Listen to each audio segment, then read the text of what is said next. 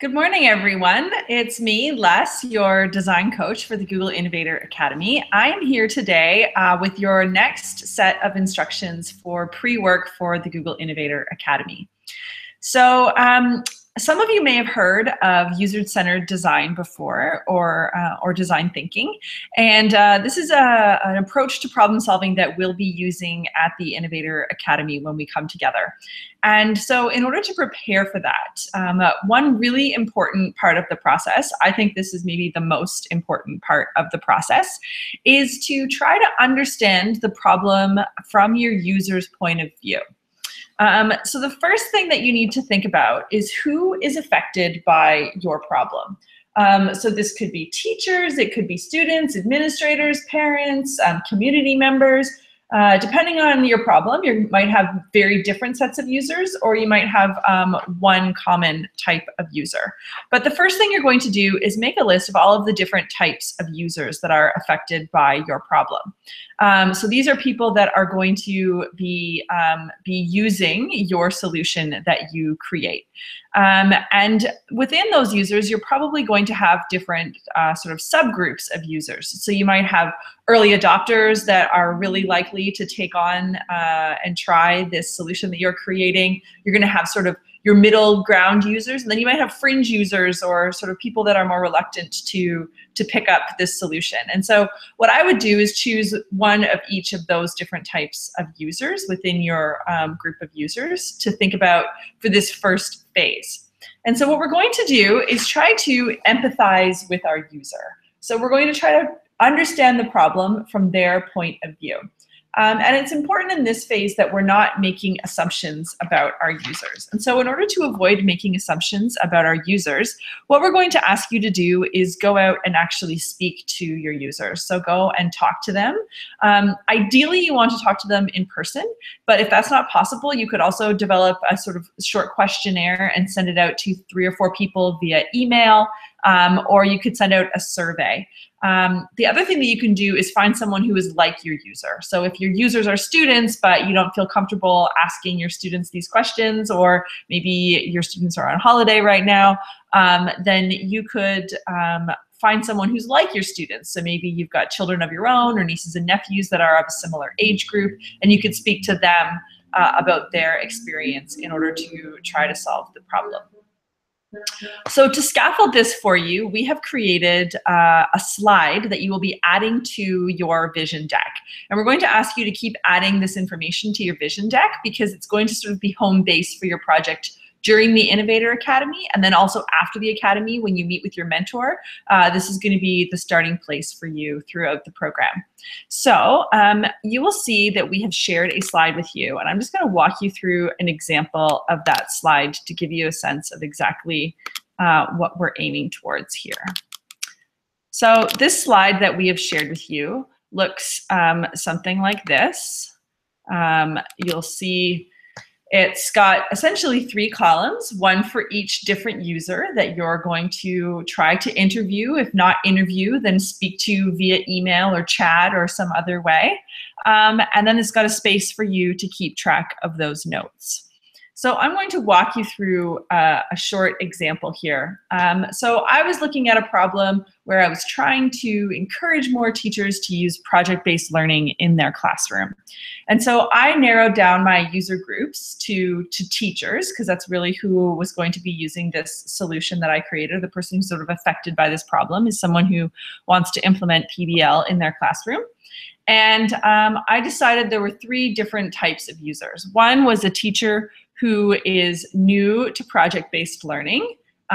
One is a teacher who has experience with project-based learning, and one is a teacher who is sort of doesn't believe in project-based learning. They think it doesn't work. And so I went through and interviewed each of these 3 people, either in person or via email. And for each one, you'll notice that the first thing I put in my interview notes is before the interview, I decided what I thought was the problem this person was experiencing. So for user number 1, my colleague who is new to project-based learning, I assumed that they needed support in integrating real-world concepts into the classroom. And during my interview, I asked them to tell me a story about their experiencing with trying PBL in the past. Sometimes by asking your user to tell you a story, you will get the most surprising insights into the problem. And so I said, tell me a story. And the person responded saying that they had tried it once and it failed. I responded with a follow-up question of what failed. And he said that students were not accustomed to being self-directed and that he assumed they could develop their own ideas without scaffolding. Then he said that students did poorly on the test at the end of the unit. And I asked him the question of, well, why did you think that you needed a test at the end of the unit? And he said, well, I had to assess it. And I said, well, maybe what you need then is not actually support in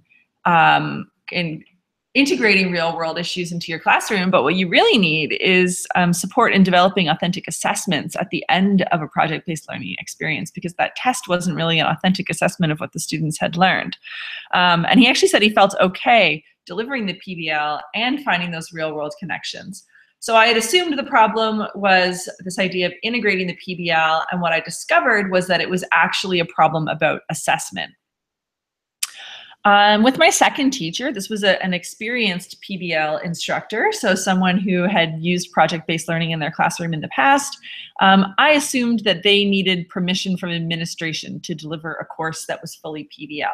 And so again, I asked her to tell me a story, and she's talked about how she'd been teaching PBL in her grade 11 course for many years, and students loved it, and they performed really well on assessments, and they showed a deep understanding of concepts. And she wanted to integrate more project-based learning into her grade 9 class, but she was getting pushback from her principal.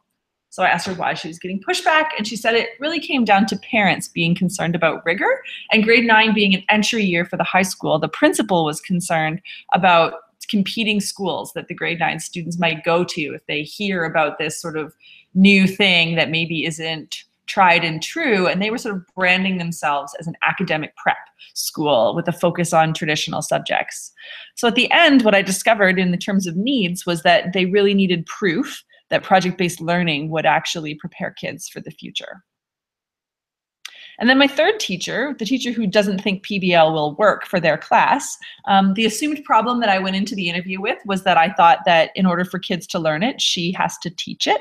And then what I really discovered is that she just thought that PBL was a fad, and that teaching a content-heavy subject of senior science, there was a belief there that kids just needed to know content from the textbook and sort of answer the questions in the textbook.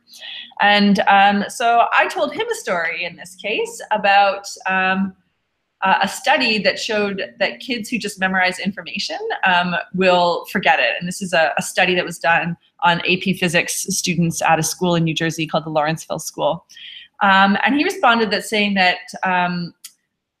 getting a good score on the AP exam was actually more important to these kids than whether or not they actually learned anything, because they needed the good score on the AP exam to get into university. He also said that he doesn't see how he can allow for choice or personalization if he needs to cover specific content, because how does he assess that? That was his big question. How do I assess this? I can't give them all the same test if they're all following their own interests. And so at the end, what I discovered again was that the problem wasn't necessarily the teaching approach, but it had to do with assessment and also the belief that this type of learning would prepare students for the future. So across my 3 users, I found a few similarities in terms of their needs, despite the fact that they were very different in terms of their experience with project-based learning.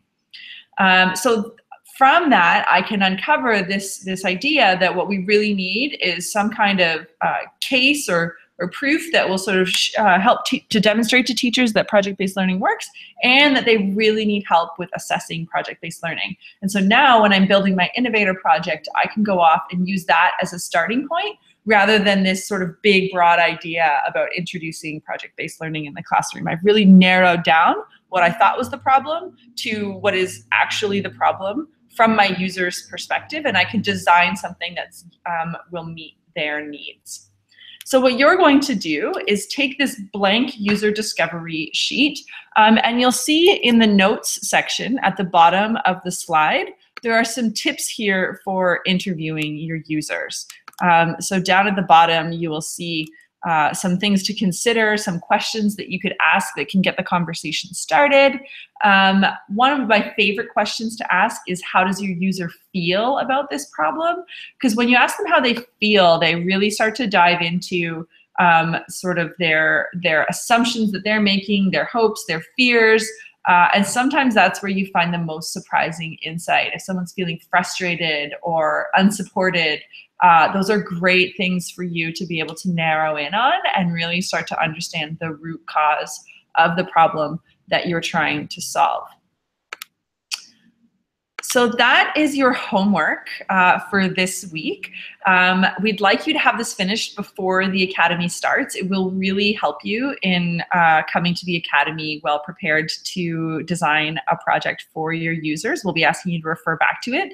Again, if you can actually find the time to go out and talk to your users, we know how busy your school years are this time of year especially, then send a quick email with 3 questions and just ask your friends or colleagues to respond, or your students or your kids, your principal, whoever you can find to really give you some of that user's perspective will be really helpful when you get to the Academy.